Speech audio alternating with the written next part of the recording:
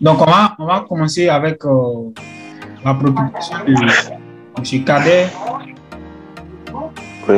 Et c'est un truc, et puis après, je vais vous expliquer le sujet d'aujourd'hui.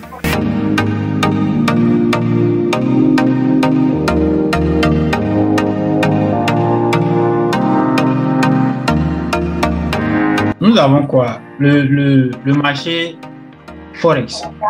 Le Forex, comme je l'ai dit, est un marché de spéculation. C'est-à-dire, quand on parle du marché de spéculation, c'est que les gens investissent, ils prennent leur gain aussi rapidement que possible. Que ce soit professionnel ou spéculant. Donc le professionnel, il se transforme en spéculant. C'est-à-dire quoi? Il n'a pas de longs objectifs. Il prend les petits mouvements de 1000 points, 2000 points, 3000 points et puis il sort. On va voir la différence entre le Forex et le marché américain. Regardez le Forex. Nous avons ce mouvement-là. D'accord? Il nous donne comme ça. Oui. Oui. Ça, c'est quoi? C'est quelle théorie? La théorie de Dow. C'est quelle théorie, les amis? Théorie de Dow. Théorie de Dow. Théorie de Dow. Oui. Ensuite, quand on a ça,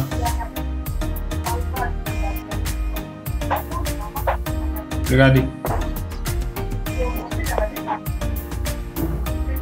Et puis on a ça. C'est quelle théorie? Ça, c'est Elliott. Les vagues d'Elliott. Elliott, non? Vague d'Elliott. Voilà. C'est-à-dire, les deux théories sont liées. On a la première théorie de Dow, ensuite on a Elliott. N'est-ce pas? Oui. Pour ceux qui n'ont pas de bruit avec vous qui êtes dans le calme, gardez vos micros ouverts. On va procéder comme de la manière que j'enseigne mes étudiants, d'accord? Regardez. Nous avons 1, 2, 3, 4, 5. Ensuite, Elliott nous dit quoi? Elliott dit qu'après le 5e point, nous avons A, B et C. La grande correction. Donc ça, c'est une correction, ça, c'est une correction. Et nous avons la grande correction qui est A, B, C, après le 5e point. Ici, là, cette méthode-là, c'est une méthode qui date de près de 200 ans en arrière. Cette théorie. Depuis la création de la bourse, avant qu'elle ne soit matérielle, comme ça, sur Internet, les gens procédaient ainsi. Donc, c'est une culture qui a été transmise. Donc, elle se transmet de génération en génération. La même culture reste. Est-ce que ce n'est pas la nature du graphique? C'est comme ça le graphique évolue, n'est-ce pas? Oui. Bien. Oui. Regardez. Ça, on retrouve cette compréhension-là sur le marché Forex très, très, très clair. C'est-à-dire que quand tu prends le Forex, tu vas trouver toujours Elliott 1, 2, 3, 4, 5, ABC. 1, 2, 3, 4, 5, ABC. Ça, c'est-à-dire quoi? Le marché, on est dans une tendance haussière. Mais, qu'est-ce qui se passe? Les gens ont acheté ici, ils sont sortis par là. Ils ont acheté ici, ils sont sortis par là. Ils ont acheté ici, ils sont sortis par là. Je parle de celui qui trade avec les canaux là. Quand on trace un canal aussi ici. Oui, oui. Voilà ça. Il t'avait dit que les canaux fonctionnent.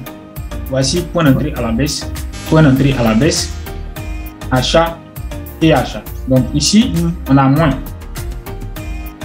Mais si on comprend très bien la théorie de l'autre et qu'on vient coincer cette théorie-là dans un canal, c'est impossible qu'on grille nos comptes. Impossible. Je vous dis bien impossible.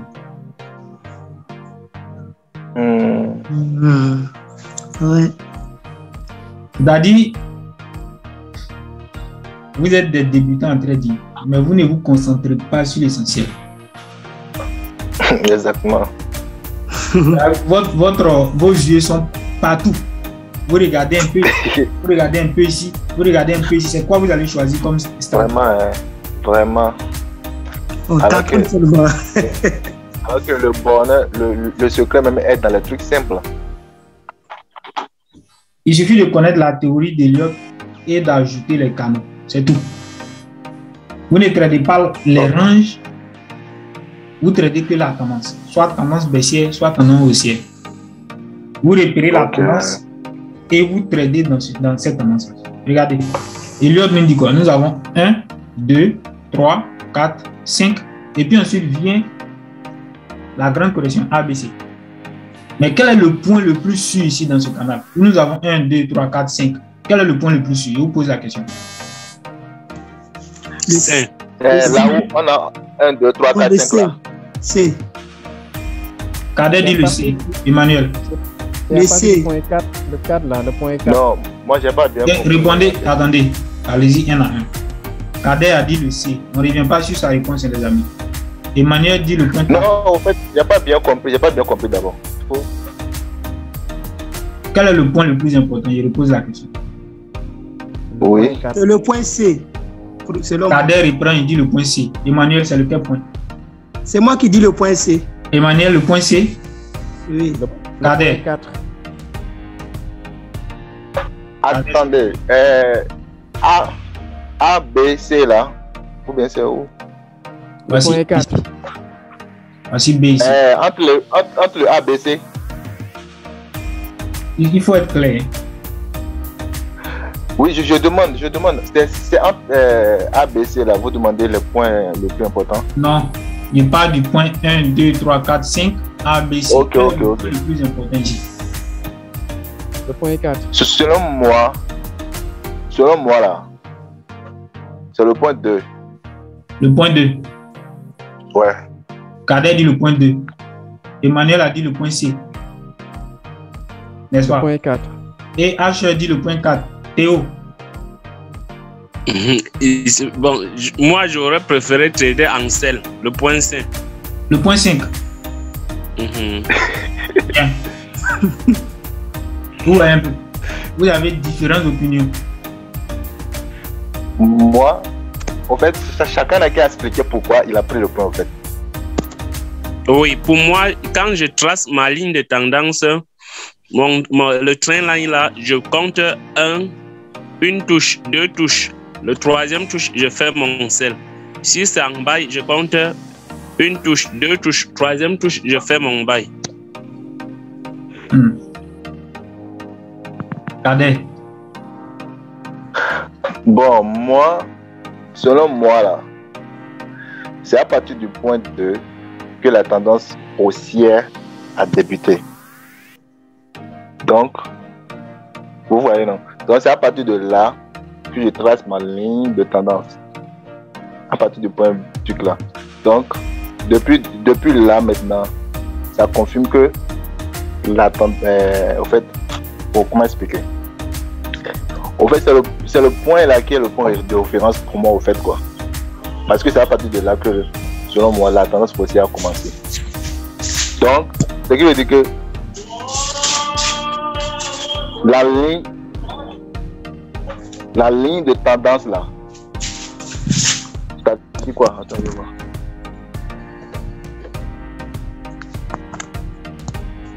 Allez-y un peu plus rapidement, les amis. La ligne de tendance trendline que tu as tracée en bas là, c'est la ligne là qui est la ligne de référence selon moi. C'est-à-dire que là, si le marché ça casse en haut ou en bas là, je vais savoir comment prendre mes positions par là. Sur le point 2. Vous dites? Sur le point 2. Oui. Bien. Emmanuel. Voilà, moi j'ai dit le C parce que c'est à partir du C que le grand mouvement haussier commence. Donc, je trace une ligne qui relie le 3 et le C. Maintenant, lorsque la correction a lieu au niveau du C, maintenant je peux prendre un buy comme ça qui va envoyer le mouvement jusqu'à mon objectif fixé. H. Pour moi, c'est. Est-ce que vous m'entendez déjà? Oui, on vous entend, H. Parfait. Déjà là, il y a deux perspectives. Donc, dans l'objectif où je trade le canal, donc dès que j'ai le point 1 et le point 3, donc dans une tendance haussière, automatiquement, je vais tracer la parallèle de 1, 3 que je rapporte sur le point 2. Donc là, je vais juste attendre que le prix revienne sur la ligne. Voilà, donc la ligne là, sur le point 2, dès qu'il le touche et qu'il y a une reprise, donc je le prends pour prendre tout le mouvement du point 5. Donc, et à partir de là, je sors et j'attends que revienne encore sur la ligne de tendance. Voilà, pour continuer à trader le canal haussier. Yeah. Maintenant, dès que ça casse, donc là, si je veux continuer la tendance haussière, donc je vais me référer au niveau de la théorie d'Elliott. Donc je vais voir mes vagues 1, 2, 3, 4, 5.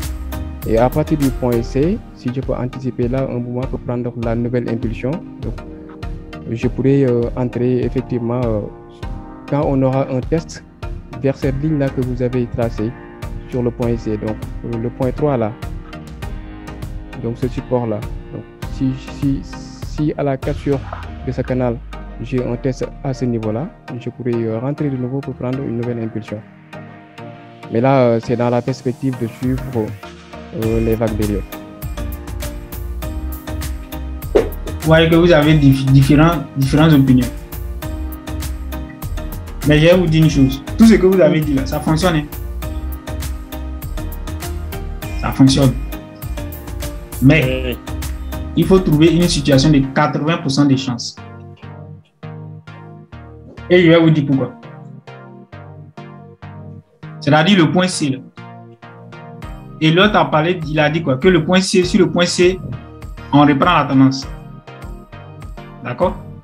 Mais c'est pas toujours que la tendance se reprend à partir du point C.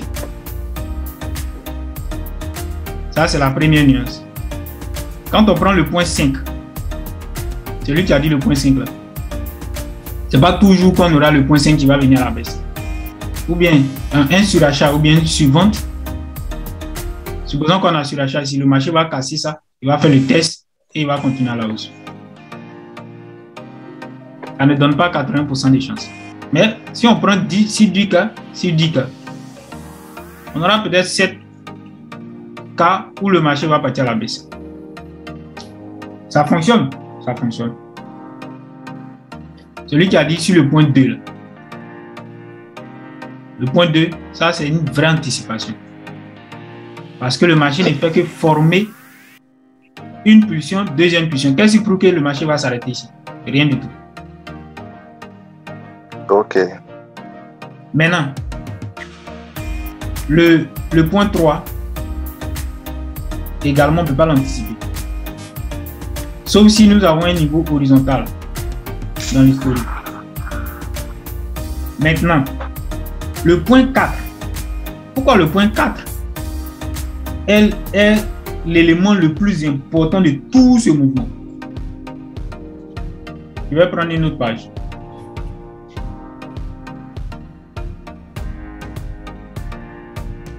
Regardez, on va prendre au départ, nous avons premier mouvement, deuxième mouvement, troisième. Pourquoi le point 4, c'est-à-dire impeccable? Pulsion, correction, pulsion. 1, 2. Si on veut tracer le canal, on relie notre deux premiers pics. Voici le point 0 et le point 1.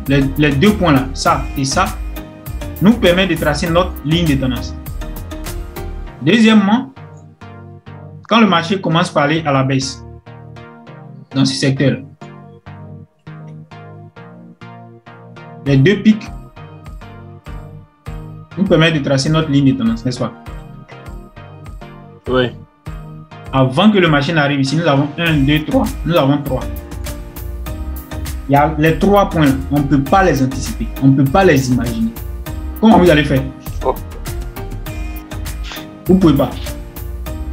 Mais le point 4, le point qui est le point qui est en évidence devant nous sur le graphique, c'est le point 4.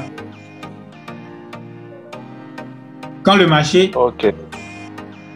il vient comme ça, on a déjà 1, 2, Ce qui veut dire que ici, là, 90%, 80%, le marché va partir à la hausse. C'est que nous avons pulsion, correction, pulsion, correction. Le marché vient chercher notre ligne où nous avons le point 0, le point 1 et le point 3. Donc ici, si on ne prend pas en fonction de la théorie d'Elliott, mais quand on prend en fonction de la théorie d'Elliott, nous avons 1, 2, 3, 4e point ici. Nous partons à la hausse, chers amis. Nous partons à la hausse.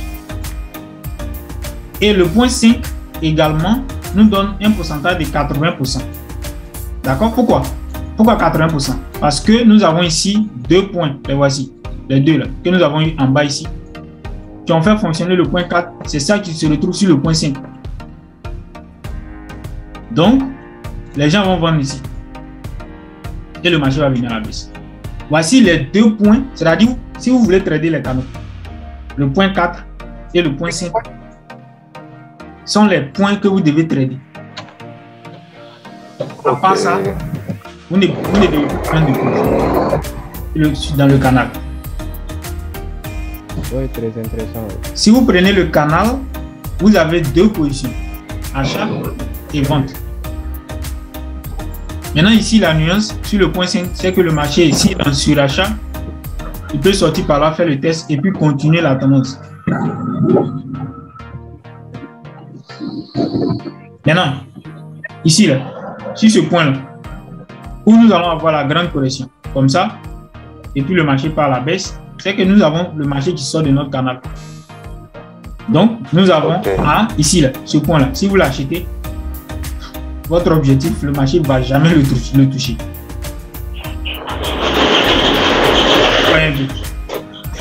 Donc, vous sortez, vous le prenez ici, on ne l'achète plus. Une fois qu'on a le point 5 et que le marché vient toucher notre canal, on ne l'achète plus. On reste, on a A, B et C. Maintenant, le point C, il a tendance à toujours venir chercher le point 4, à côté du 4.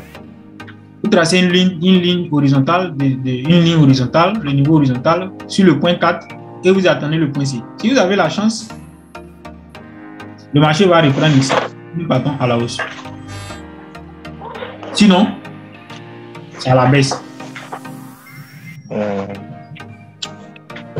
Papa, je vous conseille de tester en démo le point 4 et le point 5.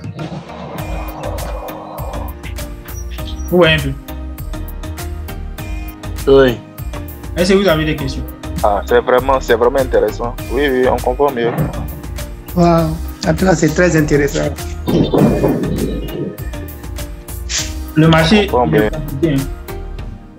Le marché il est compliqué. Trop compliqué. Il est compliqué. Pour faire le bail après la correction, pour faire le bail après la correction de A, B et C, si ça rate au C, pour faire le bail au niveau de C, le stop loss doit être placé où? Pourquoi on achète sur le C? Oui. Eh bien, dans les livres, c'est écrit que quand on achète sur un niveau, le stop il est tout juste placé en dessus de notre niveau, n'est-ce pas? Oui. Donc, le stop ici, il est tout juste en dessous de notre niveau. En fonction de la théorie d'Elliott et de la théorie de Charles Doyle, je suis en train de vous dire ce genre de trucs. Sinon, je vous dis que ce n'est pas juste. De placer le stop tout juste en dessous de notre niveau, ce n'est pas juste. En fonction de la théorie d'Elliott et la théorie de Doyle, c'est ce que les gens enseignent dans les livres. Donc, l'analyse technique.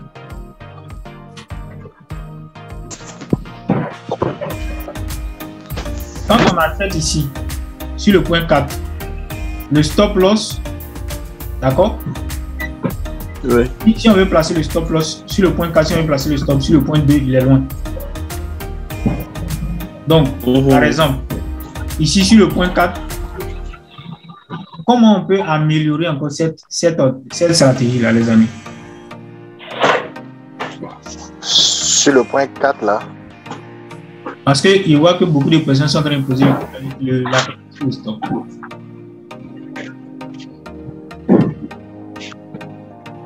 Vous voyez, avec l'analyse technique, c'est-à-dire que vous n'avez pas un point où placer votre stop. Vous savez pourquoi? Parce que vous êtes dans l'anticipation. Ok. C'est-à-dire le point 4 là, on l'anticipe. Le marché vient toucher notre niveau, on l'achète directement. On n'attend pas qu'on ait le prix d'achat ou bien on n'attend pas qu'on ait un mouvement. Si on a un mouvement qui vient en haut ici, on a déjà raté tout ça. Oui. Ok. Donc pour le prendre ici, on est obligé d'anticiper. C'est-à-dire le marché vient à toute vitesse sur notre niveau, on est obligé de cliquer sur achat, sell. Ou bien on a sell ici, on a buy. D'accord? On est obligé de cliquer sur buy pour aller à la hausse directement. C'est où on va mettre nos stops. Si le marché essaie de traverser un peu notre niveau, on est obligé de repousser nos stops, de le repousser parce qu'on n'a pas un point exactement où le placer. Vous voyez les petites nuances avec la théorie, ce qui n'est pas du tout avec la théorie de VSA. Je comprends. C'est vrai. Que ce soit sur le point 5, c'est toujours anticipation. Comme je vous l'ai dit, ici on peut avoir qu'à sur, si nous sommes dans un marché où il y a à forte tendance, nous allons dépasser le point 5. Donc cette ligne-là, nous allons percer ça et nous allons partir. Le marché va aller chercher le stop. Et soit il va se recourir dans le canal et il va venir à la baisse, ou bien il va venir toucher et puis il va faire test, il va partir. Donc le problème. Voilà, le problème maintenant c'est le stop loss. Voilà.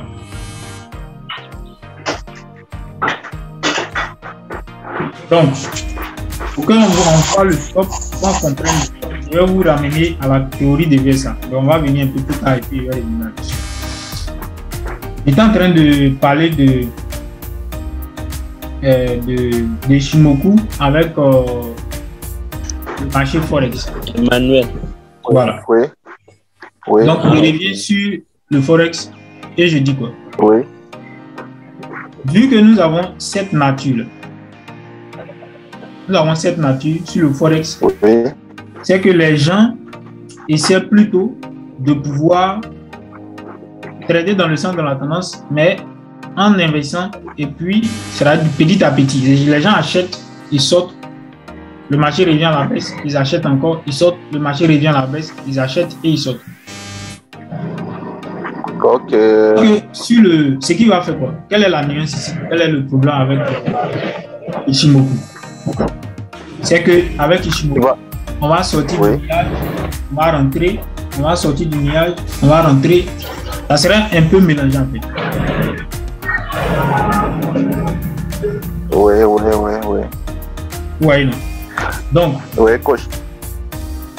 quand on est. C'est ça, coach. Quand on prend le S&P. Oui. Si on va tout sur le graphique du S&P, ce que vous allez voir là-bas, c'est quoi?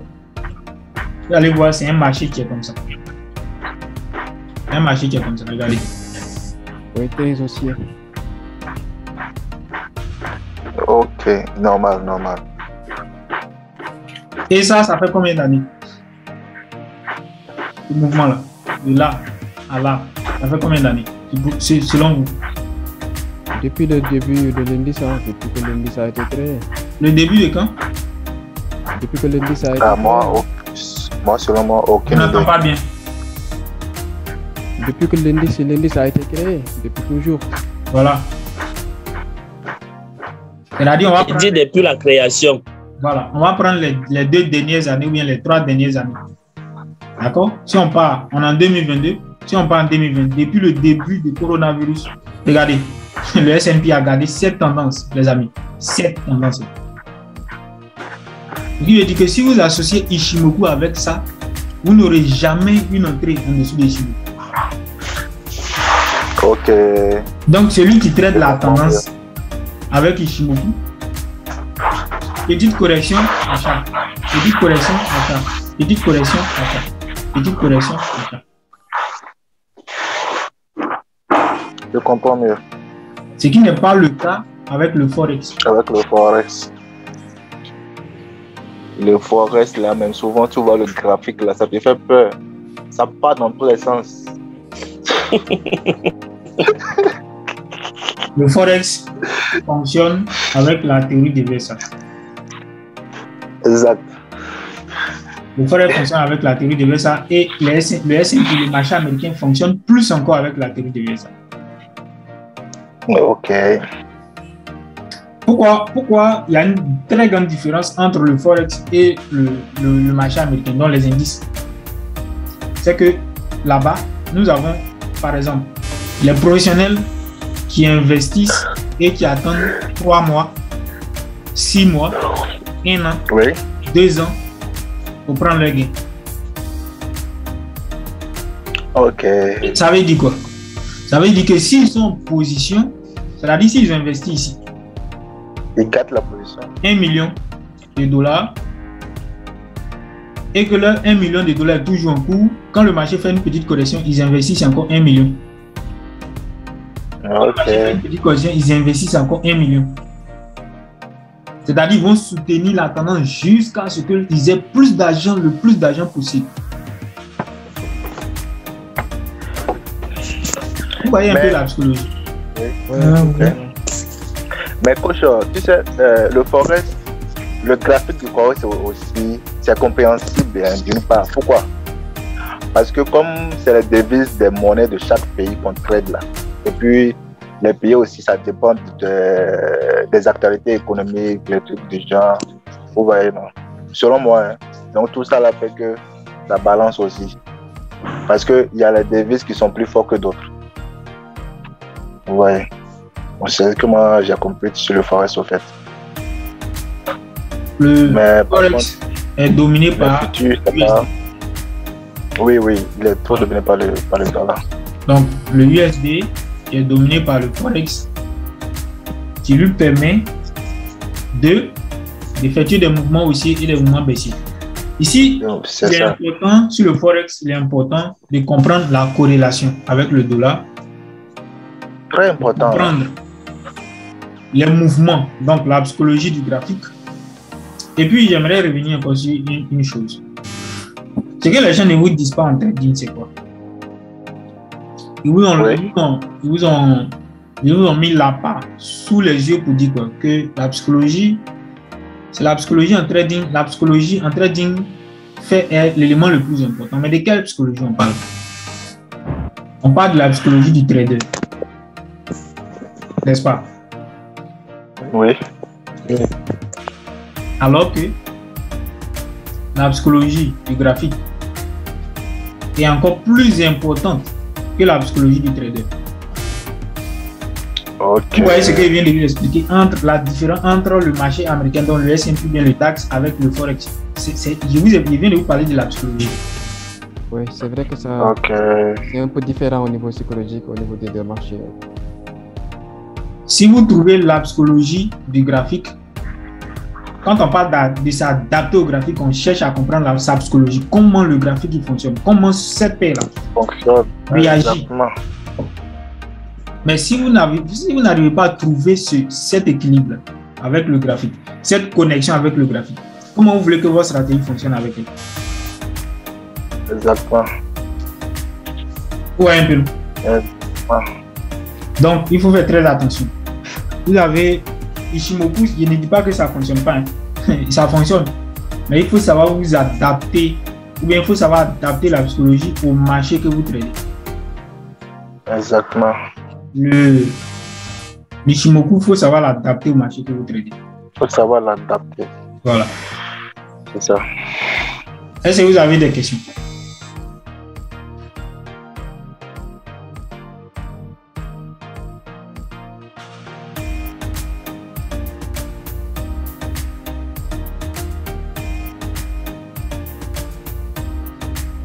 Oui, coach, j'ai une petite question là, puisque là nous sommes en train de parler de quelques stratégies.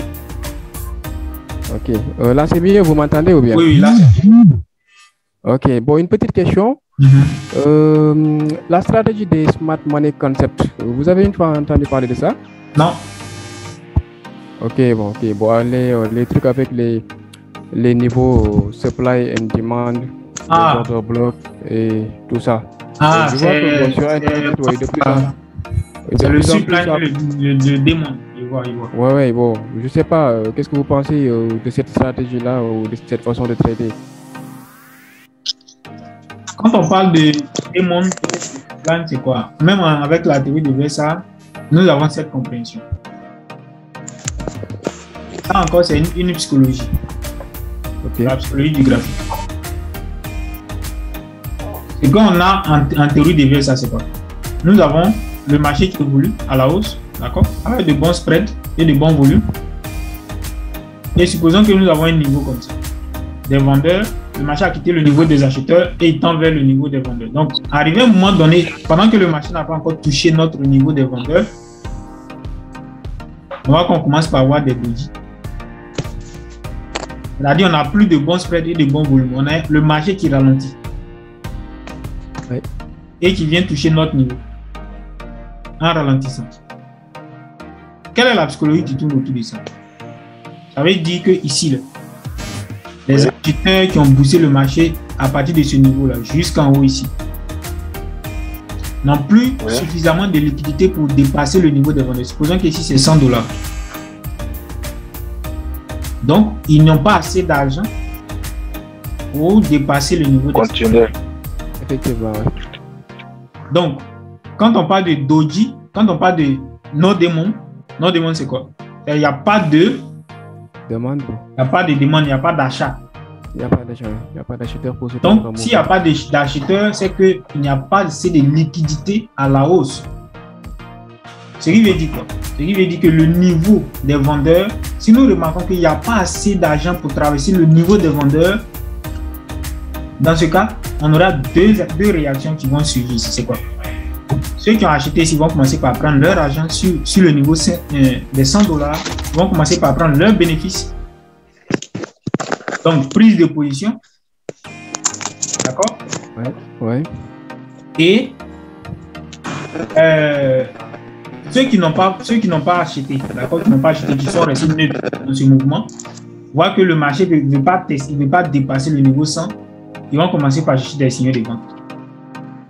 Donc, c'est là qu'intervient le non-demande. C'est qu'au vu, eu égard au fait que nous avons des petits doji sur le niveau qui prouvent qu'il y a manque de liquidité, alors nous allons vendre. Et nous vendons et nous partons à la baisse.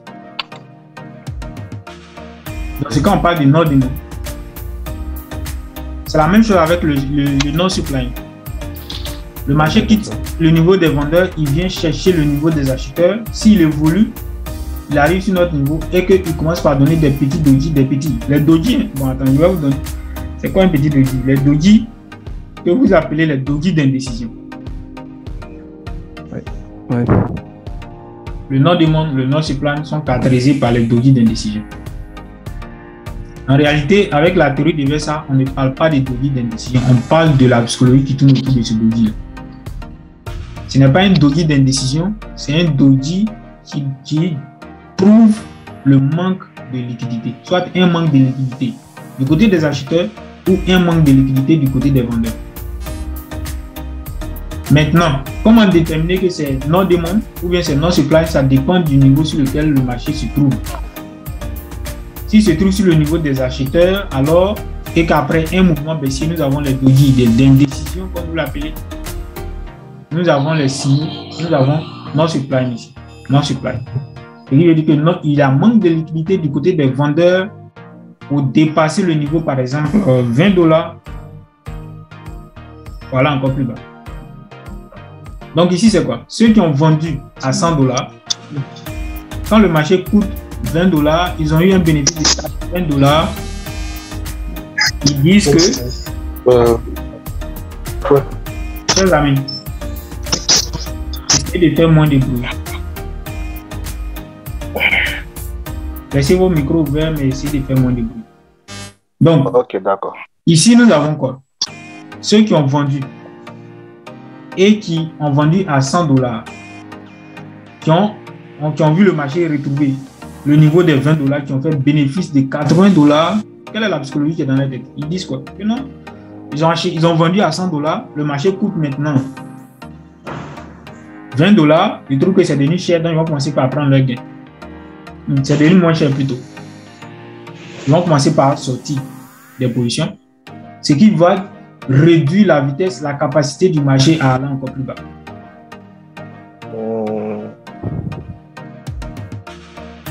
Ouais, un peu. Et je ne sais pas si c'est la même psychologie, la même compréhension avec ce que vous venez d'expliquer, mais voilà un peu comment est-ce que, en théorie de ça, on détermine ce que c'est que le nord du monde et le nord supply.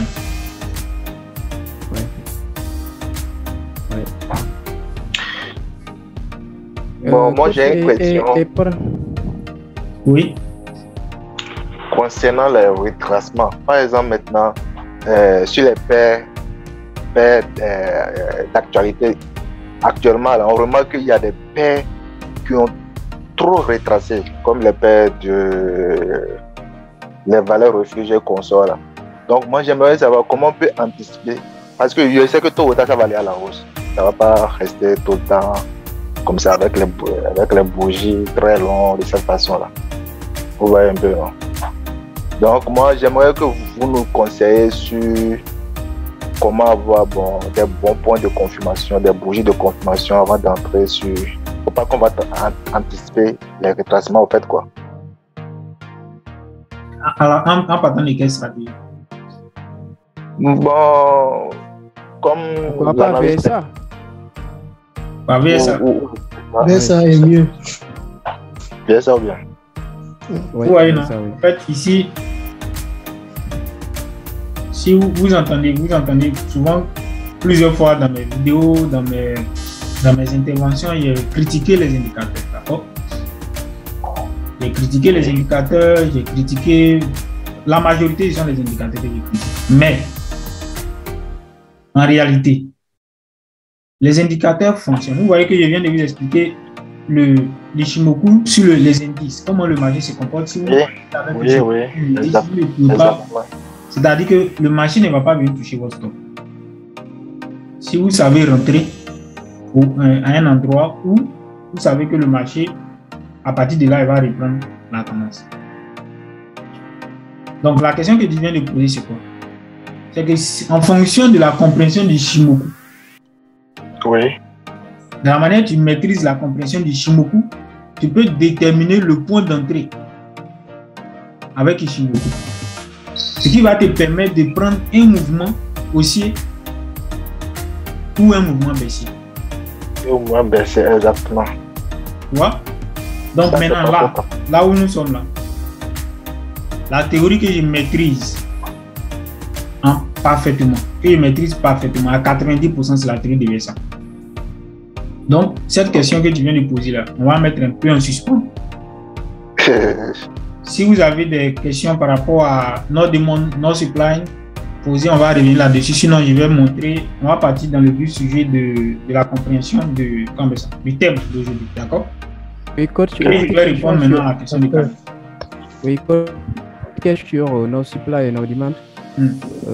Par rapport au volume, quel est normalement le comportement optimal des volumes lorsqu'on a par exemple Nord Demand? Donc au niveau des doji, quand on a des doji, donc quel est le comportement optimal des volumes? Est-ce qu'on doit avoir de bons volumes ou de mauvais volumes? Voilà. Et des fois aussi ça peut porter à confusion. Très bonne question. Quand il a expliqué la psychologie du Nord Demand, il a dit quoi?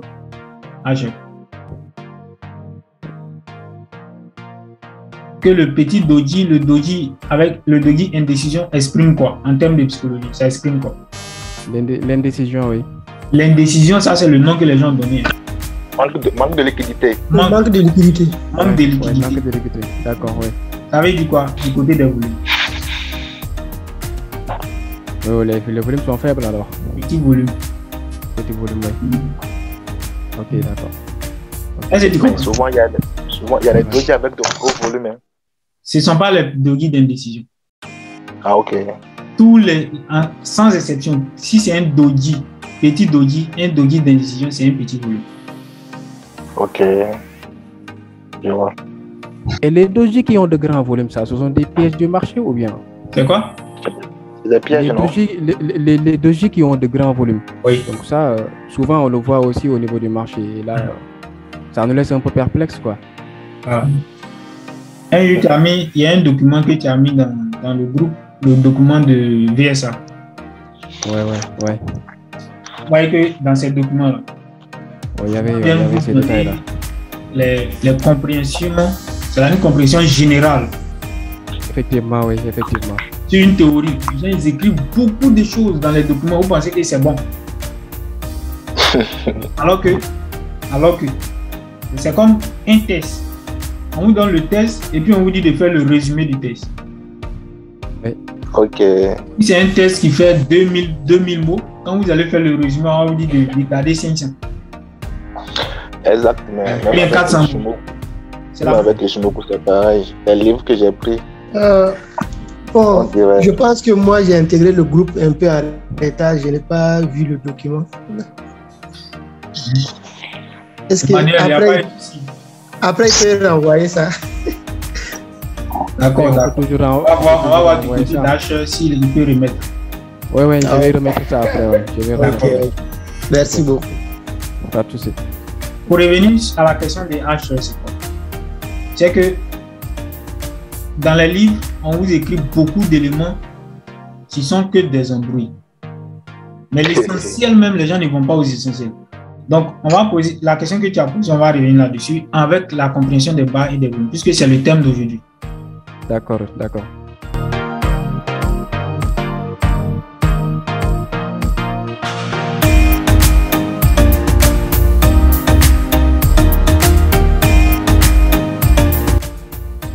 Et je vais vous expliquer. J'espère que la prochaine fois, vous qui êtes là, vous allez avoir une meilleure compréhension des captures d'écran ou bien des analyses que je vais mettre dans le groupe en fonction de la théorie de VSA sur la compréhension des bas et des voleurs. D'accord. Okay. Donc, avec la théorie de VSA, je vais aller un peu plus dans le passé, ensuite je vais revenir petit à petit à l'actualité. La théorie de VSA a été créée par Richard Wyckoff. Mais c'est parti de quoi? C'est parti de la théorie d'Eliot qui prend en compte la théorie de Charles Boyle. Donc il y avait les deux théories qui existaient avant la théorie de VSA.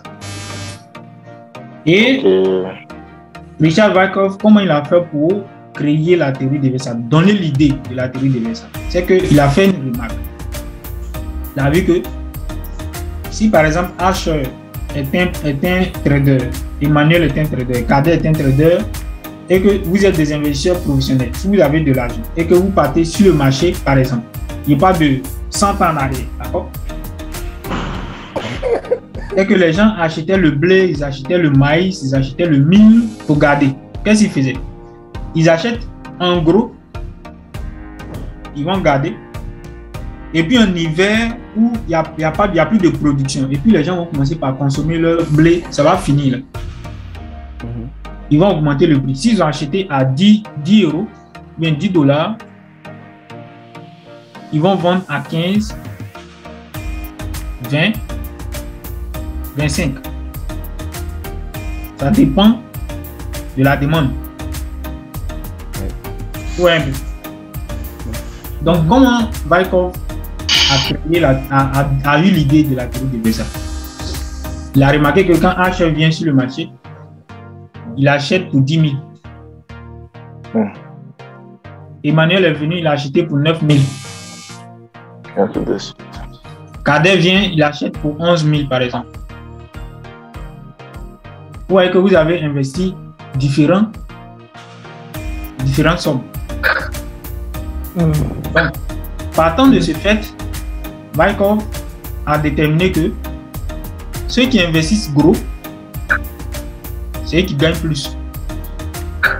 Donc, c'est-à-dire quoi? Ils ont le monopole du marché. C'est eux qui font la loi sur le marché parce qu'ils ont plus de produits, ils ont plus de gains, ils ont pas de gains, ils ont plus de stock, ils ont plus de ressources, d'accord?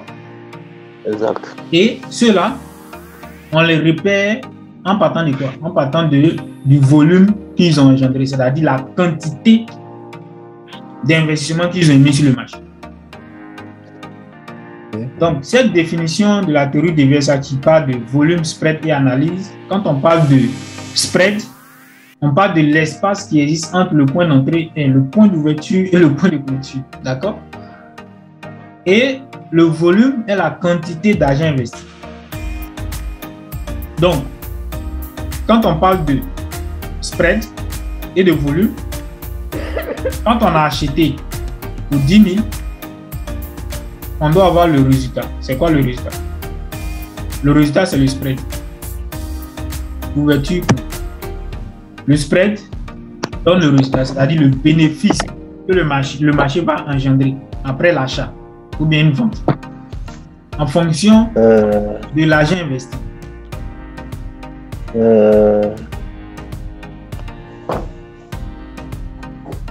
y a une question?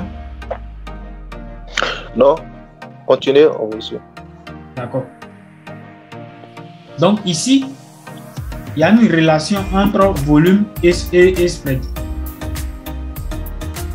Généralement, les gens vous ont dit que le spread, c'est quoi? C'est l'écart entre le point d'ouverture et le marché. D'accord? Oui. Ici, ce n'est pas ce que nous on cherche sur le graphique. On va foutre quoi avec ça?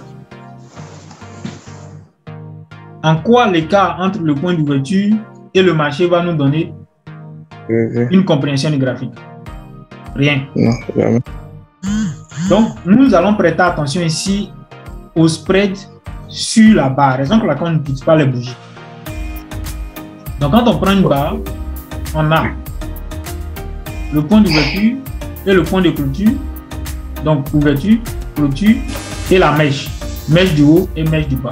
La mèche du haut, c'est quoi? C'est le plus haut sur cette barre et la mèche du bas, c'est le plus bas sur cette barre. Supposons que le marché coûte ici $100 et ici il coûte 50.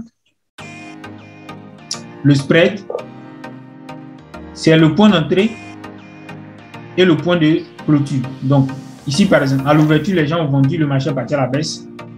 Donc, l'investissement des $10 000 se retrouve sur le point d'ouverture. Bien entendu, quand le marché est parti un peu plus haut, on peut toujours réinvestir. Mais on prête attention au point d'ouverture et au point de clôture. Donc, l'espace qui existe entre le point d'ouverture et le point de clôture est le résultat. Voici comment on comprend le spread. Ok. Plus le volume il est grand, le spread doit être un grand spread. Ce qui veut dire quoi? Ce qui veut dire que si Emmanuel ou bien celui qui a acheté à 11 000, si vous dépasse vous tous, celui qui a investi plus gros, il dépasse 9 000 et 10 000, il doit avoir un plus grand volume que vous tous. Et donc, un plus grand résultat. Vous voyez un peu.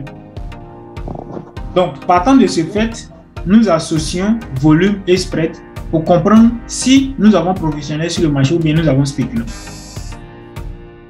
Donc, le thème de spéculant et le thème de professionnel parlent de la somme investie. Donc, les spéculants sont ceux qui ont moins d'argent. Moins d'argent. Et les professionnels sont ceux qui ont plus d'argent. Donc, quand on parle de grand volume, on parle de professionnels. Grand volume, grand spread, on parle de professionnels. Petit volume, petit spread, on parle de spéculants. Ok. Je sais que H il sait de quoi il parle parce qu'il maîtrise un peu plus la théorie de VSA. Et ici. Grâce à vos vidéos, quoi. Quand on parle, est-ce que vous avez des questions par rapport à là, jusque là? Non, en tout cas, moi j'ai aucune question. Ici, on n'a pas besoin d'indicateurs.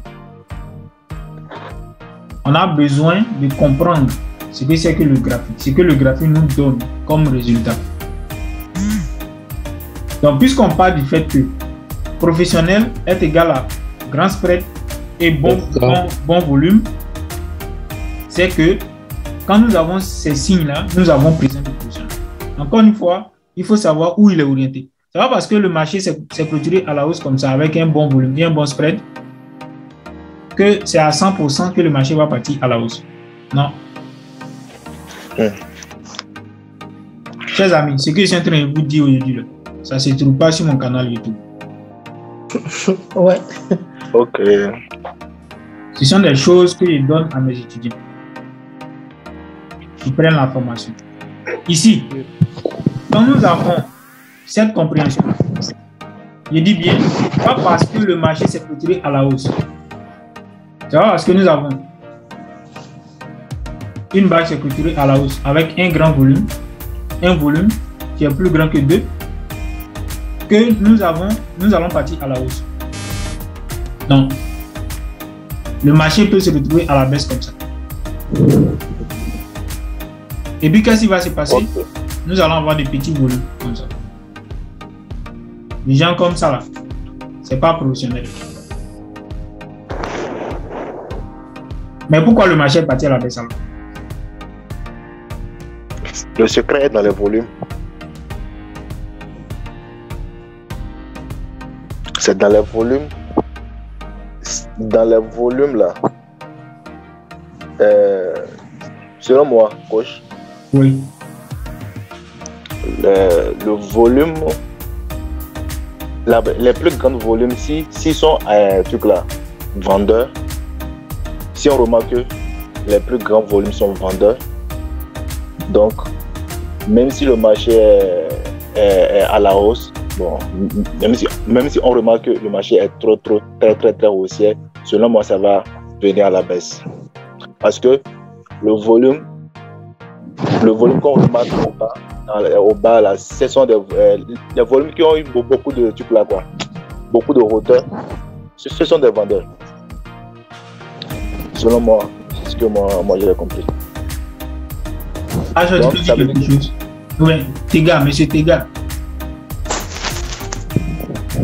Bon, là, ce que je peux dire, pourquoi le marché va à la baisse. Bon, déjà, comme on le voit, il n'y a pas assez de volume.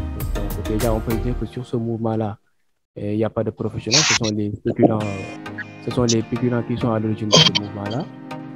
Mais je pense aussi que le marché baisse pour faire un test pour voir s'il n'y a pas de vendeurs professionnels à ce niveau avant de repartir à la hausse. Voilà. Regardez, dans le thème d'aujourd'hui, il y a mis quoi? Il y a mis compréhension de bas, compréhension de volume et la psychologie qui tourne autour de la compréhension de la théorie des VSA, n'est-ce pas? Oui. Oui. Bien. Vous savez, ici, on ne traite pas avec les indicateurs. Mais on prête attention à quoi? C'est-à-dire le plus gros travail se cache dans quoi? Les volumes. Non. Et le spread. Bien entendu, on a besoin du volume, on a besoin du spread pour comprendre le graphique. Mais le plus gros travail se cache dans le raisonnement. Ok. Comme ici, on est à l'école. Genre qui a raison, quoi, entre les acheteurs et les vendeurs. Bon, on ne cherche pas vraiment qui a raison, mais on cherche à comprendre pourquoi le marché part à la baisse. Pourquoi le marché prends ton nom. Ok. C'est comme on est à l'école et puis on pose des problèmes mathématiques et on vous dit de résoudre le problème. Et que vous pouvez passer par plusieurs chemins pour résoudre le problème, mais il faut trouver le même résultat. C'est comme un marteau que je vous mets sur la tête ici. Parce que là, la question que j'ai envie de poser là, c'est une question très délicate. Bon, je voulais qu'Achouette débatte un peu dessus parce qu'il comprend un peu la théorie de VSA. Mais regardez ici, je vais vous aider. Oui. Quand on dit grand volume et grand spread, quelqu'un a le micro ouvert, ça baba trop, il n'a qu'à finir. Un instant.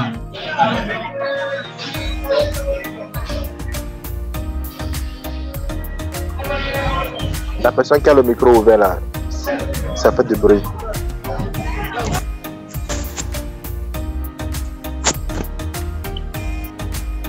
C'est bon?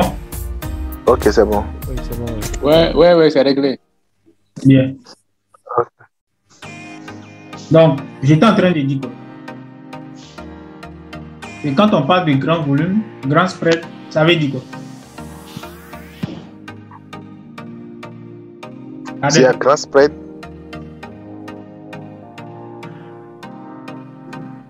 ça veut dire quoi, Kader?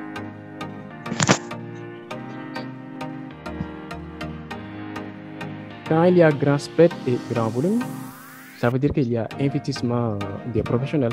Ça veut dire qu'il y a présence des professionnels. Présence des professionnels. Orienté dans quel sens? La base est clôturée à la hausse. Donc à la hausse. Donc les la hausse. professionnels là sont orientés à la hausse, oui. Bien. Si le professionnel il est orienté à la hausse, le mouvement suivant, le marché doit aller à la hausse. Mais pourquoi le marché part à la baisse? Et puis regardez les caractéristiques du mouvement baissier. Petit spread, petit volume. Pourquoi après l'investissement du professionnel, le marché est parti à la baisse? Alors que le professionnel nous a dit qu'il est orienté à la hausse. Manipulation. Manipulation. Il manipule le marché. Il a manipulé le marché, mais qu'est-ce qui s'est passé ici? Bon, selon moi, il n'a pas mis beaucoup de fonds. Il n'a pas investi beaucoup d'argent à la baisse. À la hausse ou bien à la baisse? Le marché est orienté à la hausse. À la baisse là. À la hausse, c'est normalement. Mais le marché est orienté à la baisse, non? Le marché part à la baisse après le professionnel qui était orienté à la hausse. Oui, c'est ça qu'il dit. Selon moi, le professionnel, il est en train de manipuler le marché en investissant un peu le truc là. Et donc le marché repart à la baisse pour que les gens vont imaginer que le marché est en train de retourner. Et puis la psychologie qui tourne autour de cette mauvais mouvement avec un mauvais volume et mauvais spread, n'est-ce pas? Oui. Voilà. Maintenant, la question qu'il pose pour éclaircir la réponse, c'est quoi? Qu'est-ce qui s'est passé sur cette barre? Qu'est-ce qui s'est passé? Il y a eu achat. Est-ce qu'il y a eu achat? Il y a eu achat, oui. Les professionnels ont acheté. Ils ont acheté. Oui. Maintenant, pourquoi le marché part à la baisse après achat? Prise de bénéfices. Peut-être qu'ils n'ont pas fini d'acheter, ils veulent racheter encore plus bas peut-être. Bien. Cadet, H, quand vous achetez ici, là, où sont placés votre stop? En bas. Juste en bas où on a acheté. Ici, là, non? Oui. Oui. Donc, quand le marché se retrouve en dessous de votre stop, là, est-ce que le professionnel est toujours en coup? Est-ce qu'il est toujours en position? C'est vrai que c'est pas cohérent. Ouais. Est-ce qu'il est toujours en position ici? Selon moi, oui, il est toujours en position. D'accord. Dans ce cas, où se trouve son stop? Le stop du professionnel? Oui, selon moi, coach, les professionnels ne traitent pas avec le stop loss. C'est ce qu'on vous a dit, non? C'est ce qu'on nous a dit. Ah, selon ce qu'on nous a appris, les professionnels sont à la recherche de liquidité sur le marché. Bien. C'est-à-dire quoi? Ils cherchent nos stop loss. Donc, c'est le rôle des professionnels, c'est ce qu'on nous a appris. Donc, eux, ils ne traitent pas avec le stop loss comme nous, on le fait. Nous, les spéculants, on fait quoi? Donc, selon moi, là, ils retournent pour prendre nos stop loss pour ensuite prendre le bon mouvement. Vous faites quoi? Donc, ils manipulent le marché avec le petit. Donc, les petits volumes là, ça nous indique que c'est une manipulation en fait. Et si je suis d'accord avec la manipulation, mais si le volume était aussi gros, donc là, je pense que le retournement, ce n'est plus une manipulation. Il est en train de retourner vraiment à la baisse. Mais là, tant que les volumes sont de très très courts, selon moi, il retourne pour prendre le stop loss et ensuite prendre le bon mouvement haussier. C'est ce que moi je pense quand même. Regardez. On vous a dit que les professionnels ne traitent pas avec le stop. Le stop loss, oui. C'est vous vrai. Dites? C'est vrai. Ok. Maintenant, je vais vous mettre dans une autre situation et je vais reposer la question de savoir. Supposons que cette barre-là, nous sommes sur mois. Une barre est égale à 1 mois. Oui. Donc, nous avons 1 mois. Le marché est parti à la hausse. Et 1 mois, 2, 3, 4, 5, 6 mois, le marché part à la baisse. La question qu'il repose, c'est est-ce que le professionnel est toujours orienté ici à la hausse? Bon, moi, je dis non. Non, attendez. Selon moi, attends. Selon moi, ça dépend du sprint des barres. Si les barres baissières on voit que le split est plus bas plus que l'achat. Donc selon moi, il n'est plus à l'achat. Coach, il n'est plus à l'achat. Ici, quand on a une barre haussière avec un bon spread et un bon volume, donc là on a dit que les professionnels ils ont acheté. Maintenant la question c'est quand ils achètent, donc quel est l'objectif de cet achat? C'est-à-dire qu'ils achètent pour investir ou ils achètent pour des prises de bénéfices. Donc là, si après achat, au lieu que le prix continue, ça veut dire que les professionnels ils n'investissent pas, donc ils sont en train de prendre des bénéfices. C'est ce qui explique le fait que juste après cet achat-là, les prix continuent à baisser parce que le professionnel n'est plus sur le marché. Voilà. Vous savez, vous dites quelque chose d'intéressant, mais c'est pas clair en fait. Okay. Que ce soit Cadet, que ce soit HE, en fait, c'est intéressant, mais c'est pas trop logique, d'accord? Il n'y a pas la logique qui part de A à B. Regardez, on repart en arrière. On dit que le professionnel il est orienté à la hausse parce qu'il a bon spread, bon volume. Mais pourquoi le marché va à la baisse? La question que je pose, cette question est claire. Je dis, si on dit le professionnel il est orienté à la hausse, il a acheté. Si le marché part à la baisse, vous avez donné l'argument que le professionnel il ne traite pas avec stop, donc il peut se permettre que le marché parte en dessous de sa position. Oui. C'est pas vérifié.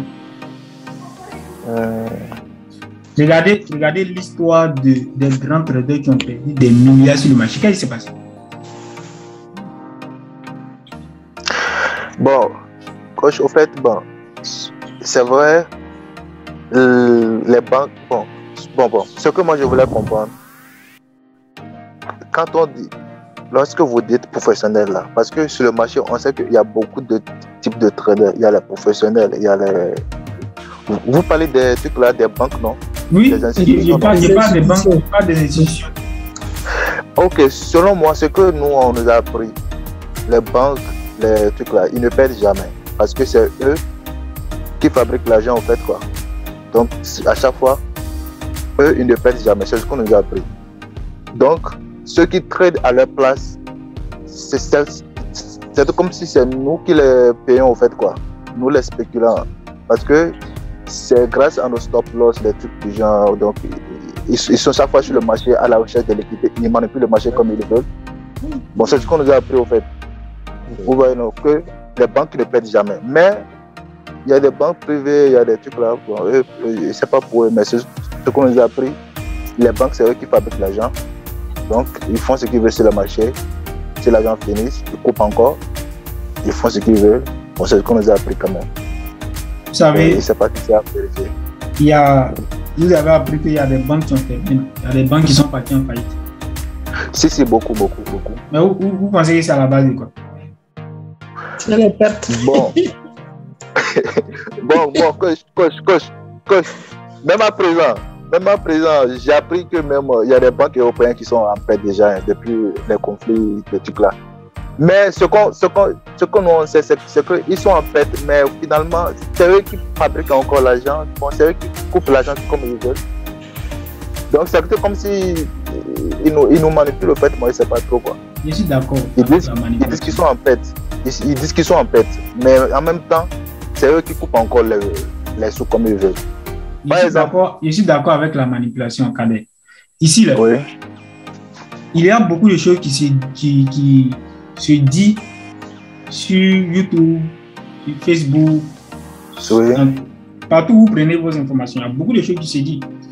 Mais comme je viens de vous dire, c'est comme on vous donne un test de 1000 mots et puis on vous dit de faire le résumé. Trouvez les éléments, les idées essentielles dans ce test-là et vous les faites ressortir pour mettre ça dans un coin.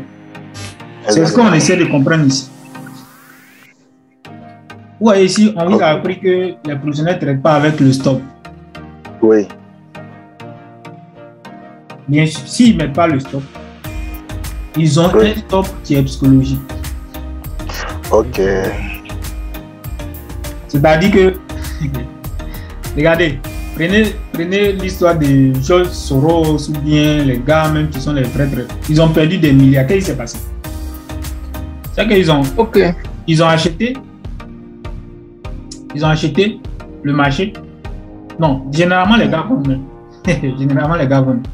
C'est-à-dire le marché se trouve à un niveau donné. Et puis ils vendent. Voici la vente. Quand il vend, il fait quoi? Il investit un demi-milliard de dollars, supposons. Un demi-milliard. Et le marché est venu à la baisse fortement. D'accord? Le gars, il sort pas du marché. Parce que il voit que le marché est parti à la baisse fortement.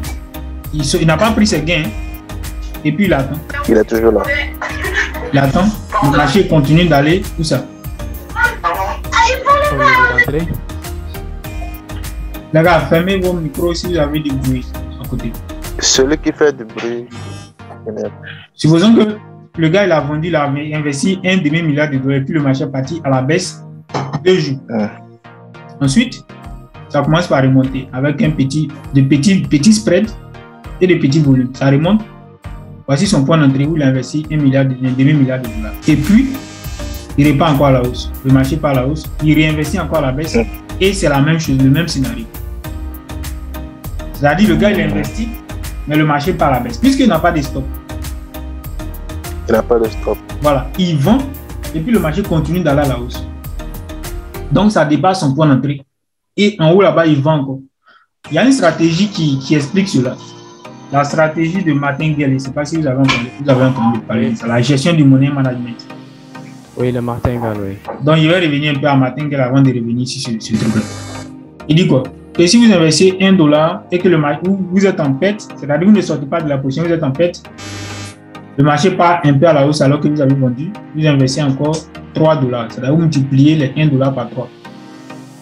Donc, si le marché revient par la baisse, avant qu'il ne touche votre premier point d'entrée, déjà, les $3 que vous avez mis ici, vous êtes en gain et ça ramène ce que vous avez perdu ici. Exactement. Par contre, si le marché continue d'aller à la hausse, vous mettez encore 9. Vous vendez, n'est-ce pas? Il continue d'aller à la hausse, vous mettez 27. Ça fait combien de pertes? Vous voyez, ça fait $1, 3, 9, 27. Beaucoup de pertes. Beaucoup de pertes. Et votre position. C'est comme ça qu'on fait souvent pour cramer la compte. Voilà.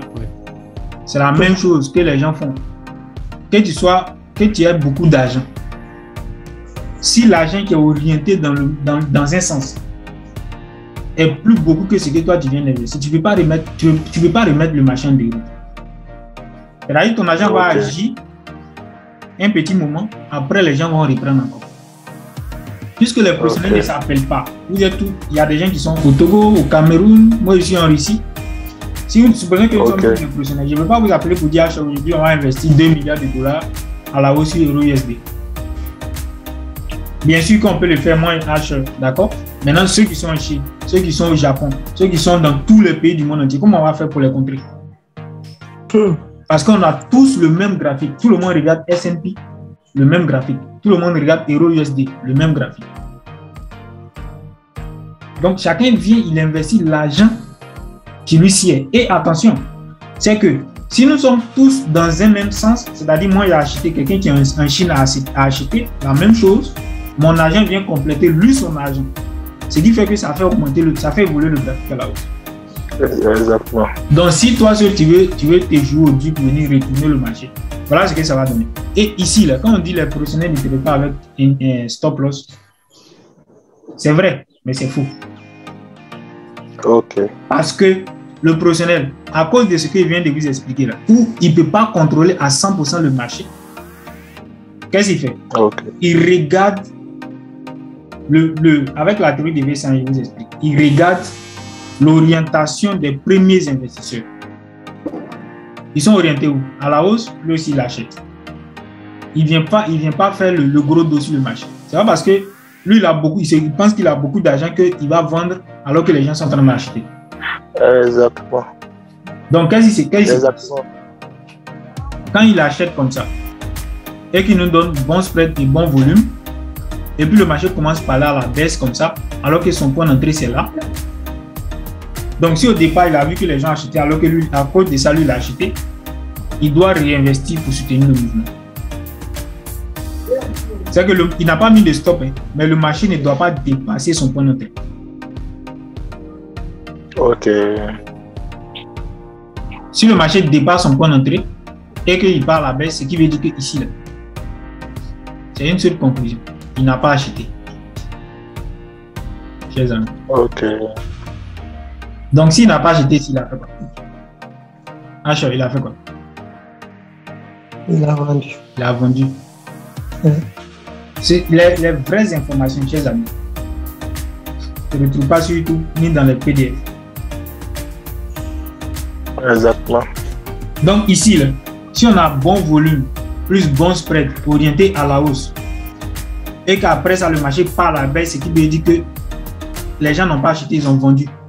Donc une barre qui se clôture à la hausse comme ça, avec un bon spread et un bon volume, peut signifier vente.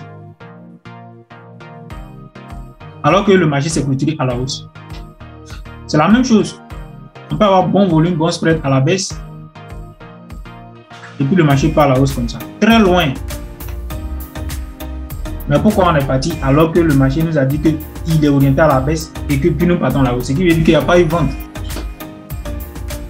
Parce que c'est un seul résultat. S'il y a eu vente, le marché doit aller à la baisse. Mais pourquoi il ne va pas à la baisse et puis pas à la hausse? Ce qui veut dire qu'il n'y a pas eu vente. Il y a eu achat sur cette barre. Et quand tu parles de professionnels qui cherchent le stop là, maintenant on va prendre une nouvelle page. Kader, tu parlais de manipulation. Oui. Regarde. Oui.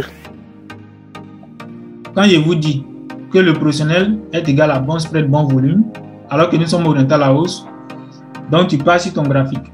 Et puis tu vois une bougie ou bien une barre qui s'est clôturée à la hausse avec un volume qui dépasse 2. Tu dis, oh, on a un professionnel orienté à la hausse. Où est ton point d'entrée, Kader? J'ai pas bien compris. Le point d'entrée ici, après avoir remarqué que le professionnel est orienté à la hausse avec un bon spread et un bon volume, quel est ton point d'entrée ici? Ici, là. Là. Oui. Je vais pas rentrer. Je vais attendre le second truc là, bouger d'abord. Bon, Pour faire quoi? dans l'hypothèse où on entre, on va juste entrer à la clôture de la barre. Très bien, H. Il prend une autre couleur. Ici, n'essayez pas de voir ce que je viens de vous dire là pour essayer de modifier vos réponses. Parlez, raisonnez, d'accord? Mettez-vous à l'aise. Regardez. Ceux qui doivent acheter parce que on part de la base du fait que nous avons bon spread, bon volume, on achète après la clôture de cette barre là. Donc, on atteint un mouvement dans le scénario rouge que je viens de donner. N'est-ce pas? Voilà comment le professionnel va prendre vos stocks.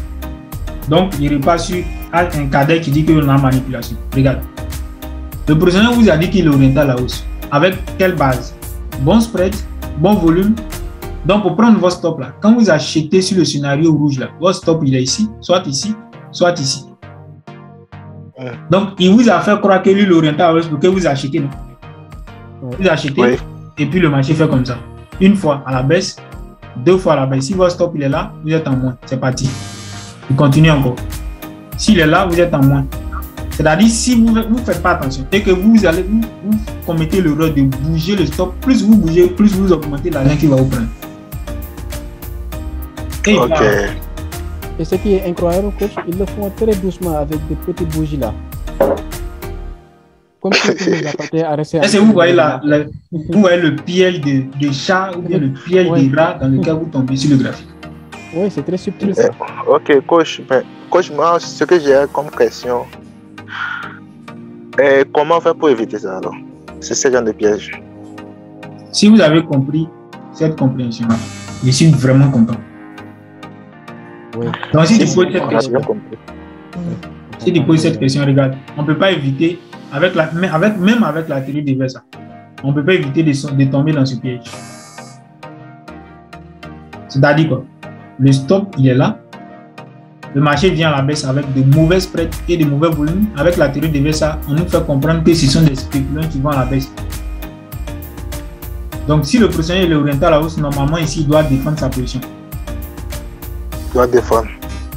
En défendant sa position, c'est-à-dire quoi? C'est-à-dire, voici son point d'entrée À partir de là, le professionnel doit reprendre comme ça la hausse. Donc, même avec la théorie des verres, c'est-à-dire moi qui suis en train de vous parler là, il ne peut pas éviter ce piège. À 100%, il ne peut pas l'éviter. Ici, le professionnel, il a acheté alors qu'il a vendu. Quand le marché vient, il donne l'impression que ce sont les spéculateurs qui sont à la base alors que c'est faux. Donc, ici, là, on va se rendre compte que seulement quand le marché se clôture en dessous du point d'entrée, donc le point d'ouverture de la barre de professionnel, on comprend qu'attention, merde, le professionnel n'est pas orienté à la hausse. Déjà, nous sommes en moins parce qu'on a acheté ici. Vous voyez un peu. Mais ce qui est bien, c'est que dans le trading, on ne cherche pas à éviter les situations de moins. Il faut comprendre que c'est une erreur. Donc, nous allons passer, nous avons dit que le marché était orienté à la hausse, il n'est pas orienté à la hausse, il va à la baisse, donc nous prenons à la baisse. C'est-à-dire qu'il faut transformer cette perte-là en gain. Donc, si il va plus loin dans cette explication, c'est-à-dire quoi ici? À partir de là, on va vendre. Parce que l'objectif de cette manipulation, c'est qu'il n'y a pas eu achat et vente, nous partons loin à la baisse. Supposons qu'en haut ici, il a pris 500 points. Il va venir nous donner 1000 points ici. Au moins. On fait moins 1000 points, on a 500 points de plus. On fait moins 500 points, on a 500 de plus. Vous voyez un peu. Mais coach, ça c'était une question difficile, hein? C'est pas difficile. Non, la question que vous aviez posée au début, nous, on n'avait aucune chance de répondre à ça. C'est sûr. La raison pour laquelle je vous ai dit que c'est un marteau que j'ai mis sur votre tête. Non, carrément. Non, je voudrais vous montrer un peu. Ouais. Pourquoi je suis venu sur cette compréhension. Je voudrais vous montrer un peu le piège, d'accord? La difficulté du fait que si vous n'avez pas une formation, ou bien si vous ne maîtrisez pas votre stratégie, vous êtes dans un gros trou noir où il y a trop de bruit. D'accord? Les gens viennent vous dire ici, vous parlent ici, vous parlent ici, vous parlent ici. C'est comme vous êtes sur les réseaux sociaux, vous regardez n'importe quelle vidéo. Vous tombez sur n'importe quelle vidéo, vous regardez information ici, vous ne savez pas exactement quelle est la vraie information. Exactement. C'est ce que j'essayais de vous montrer ici, dans cette compréhension. Et puis tout le monde vous vend des formations. N'importe qui se lève, il vend des formations maintenant. Donc il faut faire très attention. Ouais. N'importe qui, oui. Tout le monde est devenu formateur en trading. Tout le monde est devenu ton formateur, mon gars. Là, surtout. On comprend pas. Formation.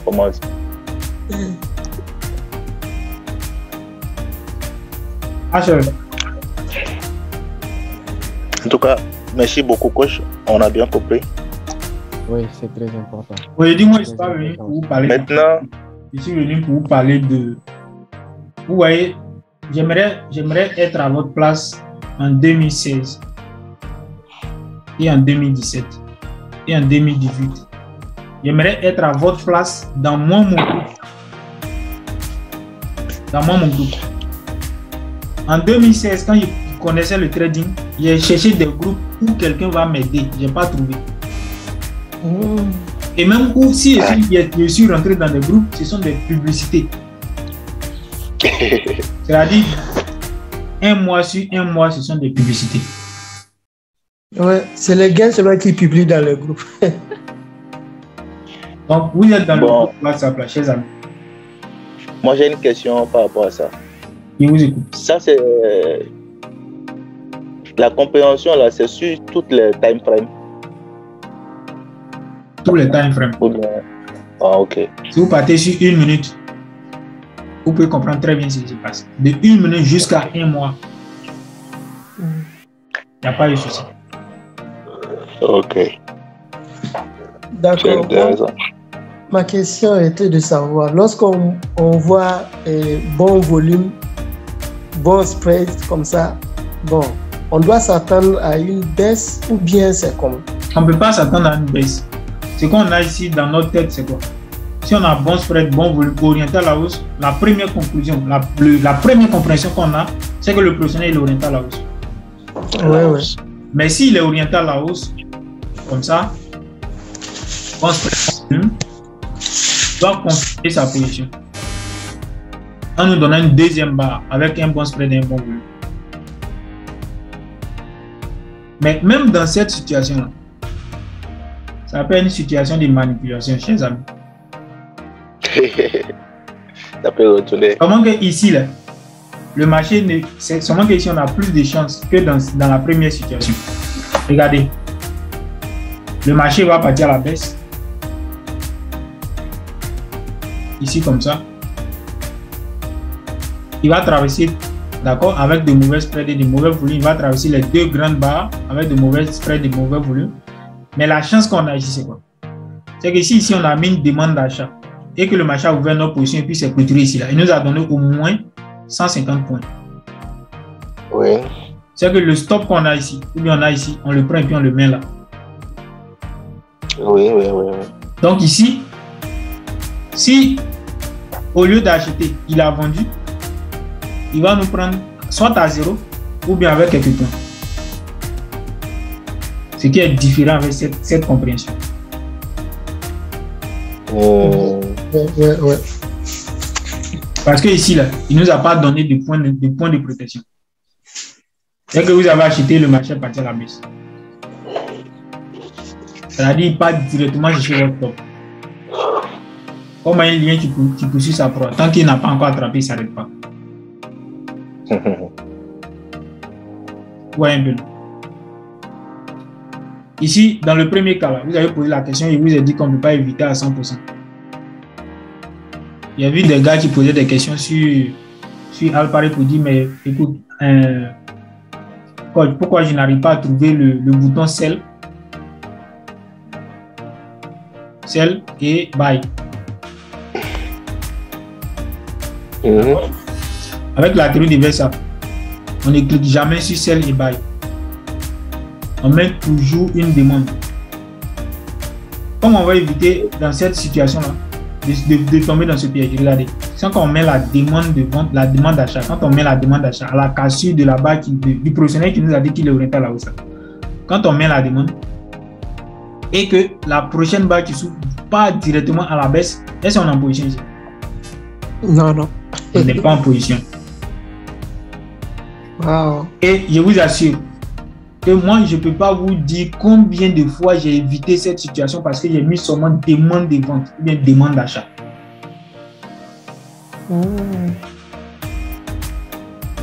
Ouais. Il y a beaucoup de choses qui se disent. Regardez, quand vous cliquez sur buy, alors que le marché nous a donné bon spread, bon volume, dès que le marché se clôture net, vous cliquez sur buy, votre point d'entrée est là, et puis là-bas qui s'ouvre là. Un petit mouvement, c'est-à-dire un petit 2.3, et puis commence par là la baisse. Il part à la baisse jusqu'à la fin de la clôture, le marché s'est clôturé à la baisse, alors que vous êtes rentré à l'achat. Si vous mettez... On attend un miracle, Ben. Voilà. On est en mode espoir. On est en mode espoir pour dire non, écoute, bon, le marché va partir à la hausse. On a vu on attend que le marché parte à la hausse. On attend. Et quand c'est fait. Là, il faut faire demande de buy en haut, quoi. Voilà. Il faut se rendre. Oui. La demande de buy, on met la demande. La demande, c'est quoi? En haut. Tu rentres dans les paramètres, tu mets demande, buy, stop. Ou le marché lui-même bloque ta position. Oui. Il dépasse le point d'entrée, le point de demande et il ouvre la position. Dans ce cas, on est en position. Oui, j'ai compris. Des fois, ça peut arriver qu'il ouvre la position et puis il ne part pas dans le sens. Ça peut arriver. Mais le pourcentage, on évite cette situation parce qu'on a mis une demande de vente ou une demande d'achat tellement élevée, chers amis. Même sur EuroDPY. Hier, dans notre groupe, le marché a donné un signal d'achat. Il a mis demande d'achat, d'accord? Buy, stop. Le marché est venu presque toucher notre niveau. Il n'a pas ouvert. Et il a donné vente. Après, il s'est coulé. Voilà. Il a donné vente. Et allez-y, regardez un peu.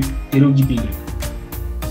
Toutes les GPI, les liens japonais sont encoulés. Hein. Vraiment. Les paires là. Donc, il faut faire très attention, les amis. C'est ce que j'ai Et j'avais essayé de vous montrer. Compréhension des barres, compréhension des volumes et la psychologie qui tourne autour de la théorie déversale. Ce que je viens de vous montrer, c'est comme vous mettez votre doigt dans de l'eau, d'accord? Ce qui va rester sur votre doigt là, c'est ce que je viens de vous montrer. Ce qui concerne la théorie déversale. C'est très intéressant. Ah ouais. C'est très intéressant aussi. D'accord. Est-ce que vous avez des questions encore sur cette compréhension? Bon, maintenant, moi je voulais te demander, souvent on voit buy stop et buy limit, ou bien stop limit. Et sell limit. Bon, c'est la même chose ou bien c'est pas la même chose? C'est pas la même chose. Non, non. C'est un peu différent. Tu places des ordres. Ah, je t'explique.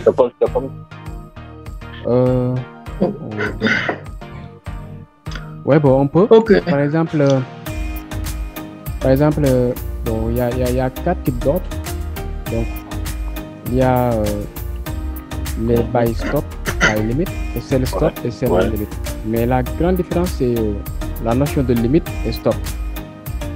Par exemple, coach, si on prend par exemple un buy stop, c'est-à-dire qu'on va acheter quand le prix va dans le sens du mouvement. C'est-à-dire que quand le mouvement est haussier, on va être déclenché dans la hausse. Donc ça va être un buy stop. Oui. Donc le buy limite, ça va être l'inverse. C'est-à-dire qu'on va acheter quand le prix va dans le sens inverse. Ah oui. C'est-à-dire qu'au moment où le prix chute, c'est à ce niveau-là qu'on va être déclenché. Ça va être un buy limite. Ah oui. Ouais. Mais un buy stop, c'est quand le prix est dans notre sens haussier, en montant. Donc quand il touche notre prix de demande, ça veut dire qu'il va nous amener. Donc ça va être un buy stop. Donc c'est le même raisonnement qu'il faut faire entre le sell stop et le sell limit. Donc ça dépend de l'orientation du prix, voilà, au moment où nous sommes déclenchés. Wow, très belle explication. Merci beaucoup. Donc voilà un peu ce qu'on doit comprendre avec les demandes. Ouais. Stop, sell limite, buy stop, buy limite. D'accord. Un peu. Bien compris. Voilà. Donc quand on revient sur la compréhension de H, la question qu'il a posée, et puis la question des cadets, où on cherche le point d'entrée et le stop, c'est quoi? Quand on a un mouvement aussi avec la théorie déversale, avec ce qu'on vient de voir, d'accord? Et même la théorie déversale, on dit quoi? Et nous avons pulsion et traction. Si le marché ici dépasse notre ligne, il vient faire quoi? Il vient faire test, n'est-ce pas? Oui. Donc on peut tracer un niveau sur ce point-là où il y a une correction et puis il y a une cassure. On passe sur la compréhension des niveaux pour dire quoi? Que nous avons ici résistance. La résistance est traversée en fonction de ce que vous avez lu dans les livres. Que la résistance est traversée, la résistance devient support et nous cherchons à acheter, n'est-ce pas? Oui. Donc, avec la théorie déversale, il va commencer d'abord par la question de H et puis ensuite introduire la question du cadet. C'est quoi?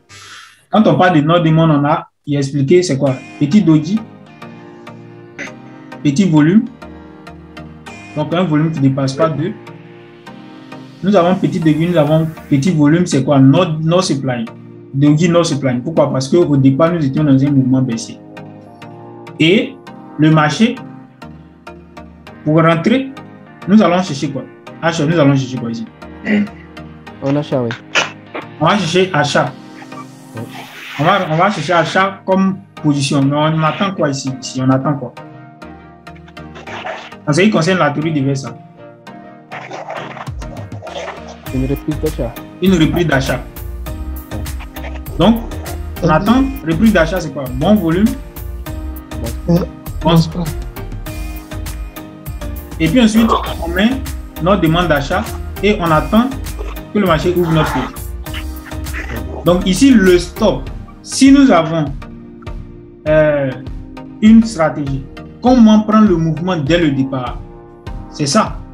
c'est que sur le niveau, on attend des éléments. Oui. Quand on parle de notre supply, on a notre supply petit doji plus le prix d'achat. Le stop, il est placé en dessous de la mèche du doji. Donc ici, pourquoi le professionnel ne va pas venir chercher le stop? Au cas où il est orienté à la hausse. Parce qu'il nous a dit qu'il est orienté à la hausse. Pourquoi il va venir chercher le stop? Parce que lui-même, il n'accepte pas que le marché vienne dépasser son point d'entrée. Donc pourquoi il va venir chercher notre stop et puis ensuite il va repartir à la hausse? Pourquoi? C'est pas logique. C'est pas logique. Mais ici, quand le professionnel vient chercher notre stop, ce qui veut dire qu'il n'y a pas eu achat ici. Donc il revient à cette nuance-là qui dit que vous êtes dans l'anticipation. Quand vous êtes dans l'anticipation, on n'a pas encore entré des professionnels et puis vous voulez acheter. Donc comment le marché ne va pas venir chez votre stop? Dites-moi. Quand on est sur le niveau et puis le marché commence par aller à la baisse comme ça. Il vient chercher le niveau parce qu'on a dit que support, résistance est devenu support. Donc vous achetez directement. Le marché touche notre niveau net, vous cliquez sur buy. Paf, vous êtes rentré. Alors qu'on n'a pas une position de professionnel, c'est quoi qui va faire que le marché ne va pas venir chercher votre stop? Dites-moi un peu. Le marché se clôture à la baisse alors que vous avez mis votre stop. Quand vous avez acheté, vous avez mis votre stop tout juste en dessous du niveau et puis il vient prendre votre stop. Quelques heures après, il se retrouve au-dessus de notre niveau et puis il part à la hausse. Et vous êtes là, vous êtes au fond maintenant. Mais ça, il faut bien savoir placer le stop loss. Il ne faut pas que ça va être trop près de la résistance aussi. Voilà. C'est l'attente d'abord, je pense. Il faut savoir attendre une confirmation. Voilà. Donc, je pense que ce que je vais expliquer depuis tout à l'heure, c'est d'éviter par exemple l'anticipation. Là, si on regarde un peu ce que le professionnel a fait et la conséquence qu'il y a derrière, et puis là, on peut entrer avec plus de sûreté que si on achetait directement le prix touche le niveau. Donc, attendre de voir ce que le professionnel fait et peut-être encore un peu pour voir si on a une confirmation à la hausse ou si le professionnel, au lieu d'acheter, a vendu. Je pense que attendre un peu pourrait nous aider de prendre la position dans le bon sens. Exactement. Ici, comme je l'ai dit, moi je peux vous expliquer les choses clairement avec la théorie que je maîtrise le mieux. Ouais, un peu, j'ai utilisé Ishimoku dont on a parlé un peu avec Kader, le RSI, tout ça, tout ce qui est indicateur, j'ai utilisé. Mais, les amis, je ne peux pas vous expliquer autre chose plus clairement que la théorie des versants. Ici, là, avec la théorie des versants, on sait où on va rentrer, on sait où on va mettre nos stops, et puis on sait jusqu'où le marché va partir. C'est-à-dire le mouvement qu'on a pris, on connaît sa fin, on connaît tout sur le graphique. Ah, ouais. Point d'entrée, stop, objectif. Je ne dis pas qu'on n'a pas de stop touché. À la fin, je vais mettre mon résultat dans le groupe. Les résultats de cette semaine, vous allez voir. Il y a des rouges dedans. Mais l'objectif, c'est quoi? C'est de pouvoir se rattraper quand on perd. C'est pas de courir derrière le marché. On en pète, ok. On s'est trompé, le marché n'est pas parti à la hausse ou bien n'est pas parti à la baisse, d'accord? On attend un autre signal. La même stratégie, la même logique, le même système de trading, on répète la même chose. Exactement. Ouais. L'objectif ici, c'est sur 100%, on doit prendre au moins 80. Exactement. Si 10 positions, on doit avoir 8 plus et 2 moins. Les 2 moins, là, on ne peut pas enlever ça sur nos épaules. On ne peut pas. Parce que c'est la nature du trader, c'est la nature du graphique, ça fait partie ça fait partie de l'environnement du trader. On ne peut pas éviter, on peut pas chercher à éviter. C'est pourquoi on va chercher à éviter. C'est clair. Nous ne sommes pas les banquiers, comme Kader a dit, qui ne perdent jamais. Nous ne sommes pas ceux-là. Donc on ne peut pas éviter les pertes.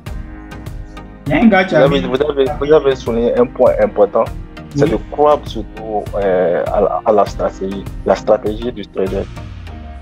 C'est très important. Comme le VSA, c'est-à-dire de croire en ça, chaque fois de le répéter, c'est très très important en fait quoi. Voilà. Parce que souvent, il y a certaines personnes, bon, ils croient que c'est pas c'est la stratégie qui n'est pas efficace et puis on court à gauche à droite et chaque fois c'est la même erreur. Mais lorsque tu as une seule stratégie, tu crois, chaque fois tu travailles sur ça, ça va quoi. Là tu corriges et au fur et à mesure, là tu peux avancer avec. C'est très important. Il est important de croire.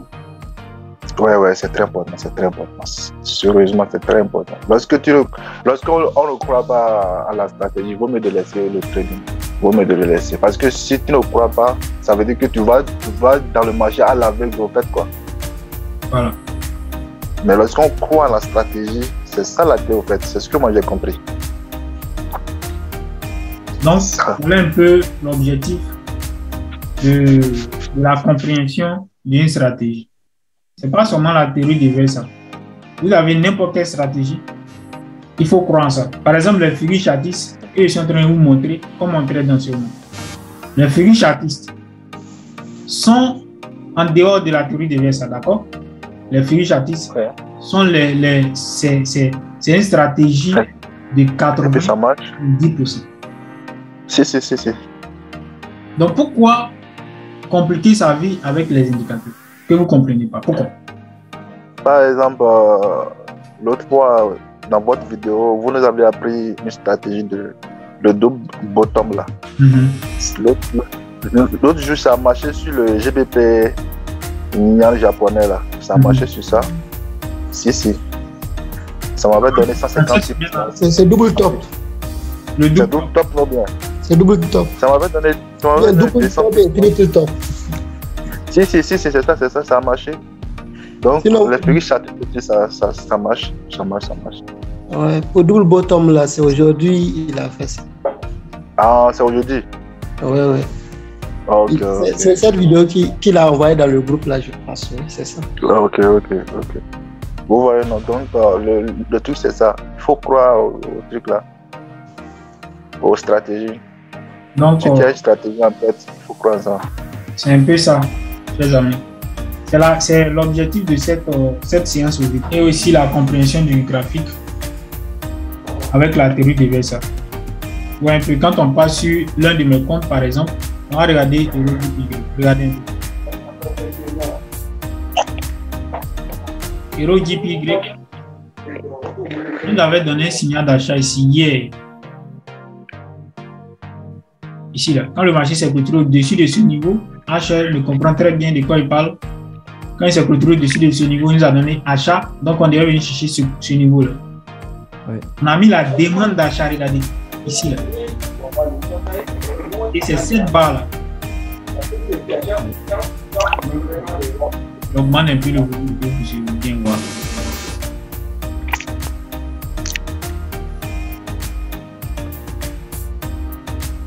C'est cette barre.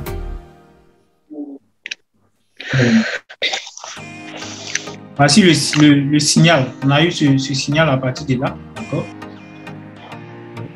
Et c'est cette barre-là. On a mis la demande d'achat ici comme ça.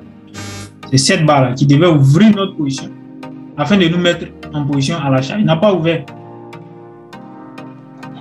Mais on est parti à l'achat à cause de quoi? À cause de ça.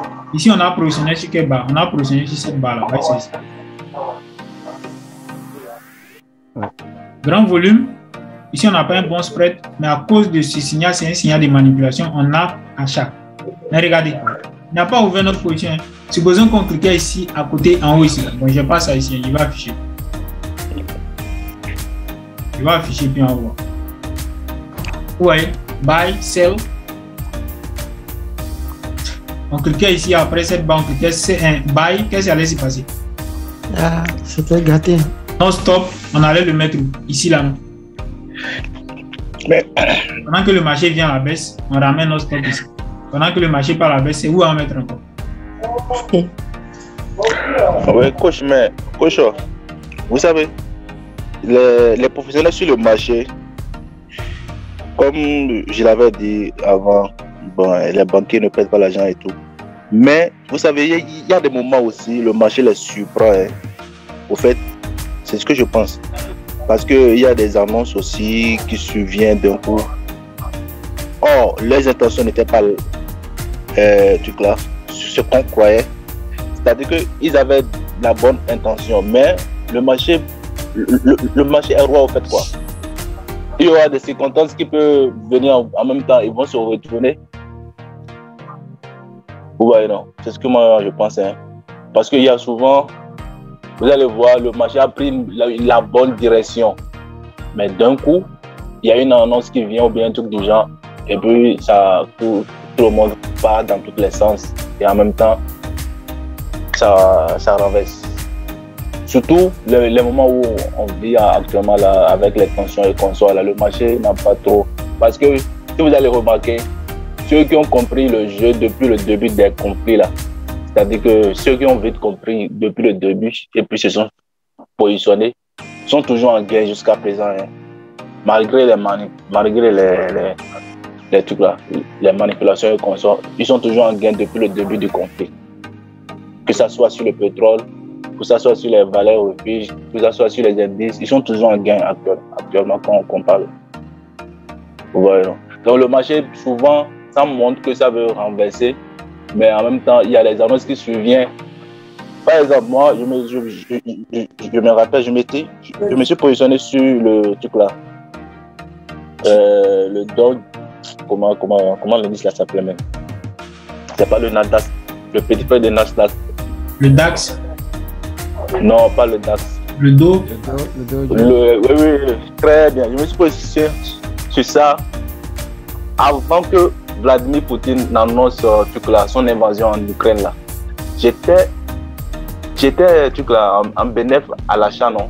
Dieu merci, j'avais fait truc là, j'avais fait j'avais fait le break-even. Mais à 6h du matin, qu'est-ce que je vois? L'indice a chuté plus de 1000 points, non bien? Ouais, plus de 1000 points. C'était dû à l'annonce de Vladimir Poutine. L'indice a carrément craché. Ouais, non. Donc, souvent, il y a les annonces aussi qui peuvent que les graphiques aussi. Même les professionnels aussi, souvent, ils se retrouvent indécis au fait quoi. Mais le problème, c'est eux maintenant, eux ne perdent jamais parce qu'eux vont encore récupérer tous les autres perdus là, ils vont encore les récupérer. Parce que sur les graphiques aussi, il y a des autres perdants, hein, des banques, il y a des autres perdants. Ils donnent des ordres, en fait, ils balancent des ordres, les achats, les ventes et consoles, les banques là, ils font des ordres comme ça et puis après ils reviennent pour récupérer tout ce qu'ils ont perdu. Ouais, non. Ils reviennent chaque fois pour prendre des ordres. Ngawende, tu veux parler? Pourquoi je voulais le demander, comme aujourd'hui c'est le premier vendredi du mois, est-ce qu'il a tiré le NFP? Ah, ouais, aujourd'hui il y avait la nouvelle du mois. C'est vrai. Je n'ai même pas prêté attention à ça. Tellement il était fatigué aujourd'hui. Hier dans la journée. Le Goda bondi. C'est vrai. Pourquoi c'est sûr? Pourquoi je me suis connecté à Facebook? Pourquoi? Dans un groupe, ils ont écrit qu'il y a NFP aujourd'hui. Je me suis rappelé. C'est vrai. Il y a les NFP, oui. Il y a les NFP. Mais les NFP d'aujourd'hui, là, ça a trompé beaucoup de gens. Comme le coach vous avait dit en temps dans le groupe que de faire beaucoup attention avec les annonces économiques, c'est vrai. L'annonce peut être positive, mais ce qui va se passer sur le graphique, c'est autre chose. Par exemple, aujourd'hui, l'annonce était positive pour le dollar, mais ce qui s'est passé, on n'a rien compris. Ça a balancé dans tout le temps. Ouais, ça a balancé. Je n'ai pas regardé, merci Ngawende de me rappeler, j'avais oublié carrément, tellement il était fatigué. Ah, les annonces au premier coup, ça trompe. Hein. Vraiment, ça trompe. Putain. Le Goda a bondi. Bon, actuellement, je ne sais pas si le Goda a rechuté, mais il était à combien même? 19 068, non? Mais c'est ça, c'est sorti positif. C'est sorti du positif, oui. Mais ça, En temps normal, le dollar est en forme. Voilà. Regardez, le Goda bondit à la hausse. Le dollar, quand ça sort positif, c'est dit que le dollar va faire Oui. et l'euro USD à la baisse, l'euro à la baisse. Si. Voilà, mais quand on prend le graphique, on voit que l'euro à la baisse. Oui, mais le gold, il est à la hausse. Voilà. Et quand on prend le pétrole aussi, le pétrole a fait. Bon, j'ai pas regardé le pétrole. On va voir.